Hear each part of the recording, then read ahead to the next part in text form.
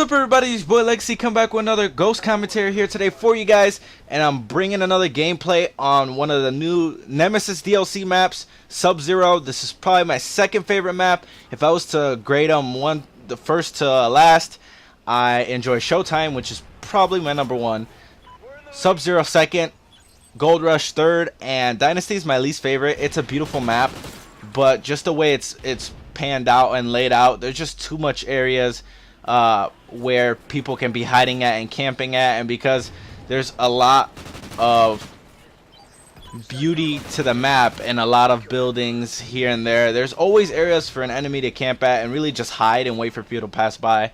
So I don't like it too much, but I will be bringing some gameplay on Gold Rush and Dynasty for you guys. But today I want to talk about the multiplayer updates that happened with the patch that happened when the Nemesis DLC came out, which was 2 days ago. And I'm going to go through really quick what happened. So for kill streaks for multiplayer, we're looking at the Vulture got a little buff. It lives for 90 seconds as much as a Sentry Gun would live. Some Juggernaut buffs where they can move faster. Loki buffs where it doesn't lag as much, so when the rods hit the ground, they hit it, right on point. But those are just simple buffs. I don't really use them personally because I'm always playing competitive anyway. But for esports, they fixed the S&D plant and defuse issue that was going on with LAN. I know it was happening online sometimes, so I'm glad they fixed that. They also added some new things to Broadcaster where you can name the teams, which is pretty cool. And strikes, if you want to play that. I know they put it in for a while and then they took it out of MLG variant. It wasn't doing so well, and a lot of times, I think it took me like 7 times to actually get the map not destroyed to play Search and Destroy on, because you can't play the Search and Destroy on its destroyed version. So they finally put that in, and they removed the D-pad helper icon for broadcaster mode. So those are little things here and there, but really you'll see in this gameplay one of the biggest things they brought was the orange hit markers. What do these mean? Now, it's not that they're changing the hit markers to orange. It's where when you kill somebody and you finish them off, it turns orange. So the orange hit marker is the one to kill your enemy. So there was for an example, there was a lot of times where I was playing competitive and a lot of people got this issue where you would quickly shoot at somebody and there was somebody else and you would turn, but you hadn't fully killed the person you were first shooting at. So now it lets you know to keep putting bullets into them until you get an orange hit marker, which is the finishing off hit marker. See, this would have been good and useful in the beginning of the game.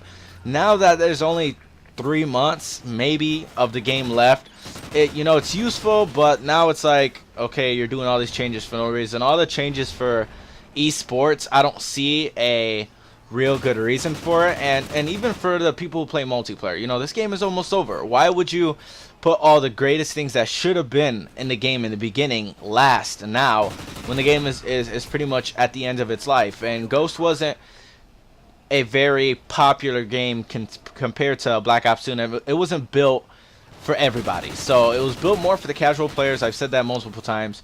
The competitive players, too bad. You were kind of left out at it. And Extinction was good. I admit Extinction was good, but these changes should have been implemented in the beginning of the game where it was needed and where it could have been a lot more useful than now. A lot of times people say it's better late than never, but at this point it's kind of just like, wow, we could have used this at the beginning of the game and now you throw it at us at the end and we really don't need it. So these would have been great things for the beginning of the game or even the middle of a game, but now that we see them, good. It's good that they're trying to wrap up the game with some goods, but obviously that now it's like, okay, it doesn't work. We don't understand why they would leave it so long to do this, and even though there were good things, why it took so long, and now it's just like, who cares? But orange hit markers definitely does help me a lot, and it should have been there in the beginning. Like I repeat myself saying, should have been there in the beginning, but it does help, and now it gives you the opportunity to know when you're gonna kill your opponent, when the final bullet will kill them, so you don't try to shoot at them, stop shooting at them to shoot at somebody else and you die because you didn't fully kill your first person. So that was a good thing. But also there's going around and rumors have it that the MTAR was buffed.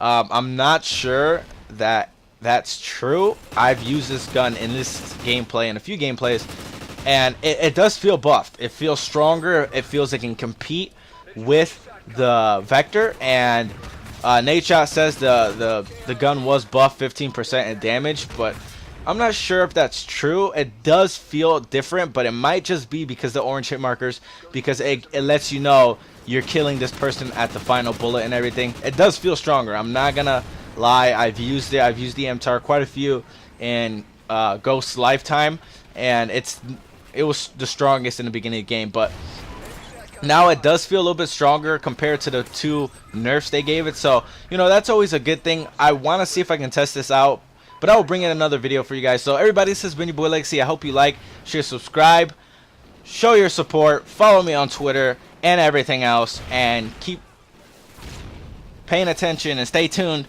to more gameplays of the Nemesis DLC. Peace out.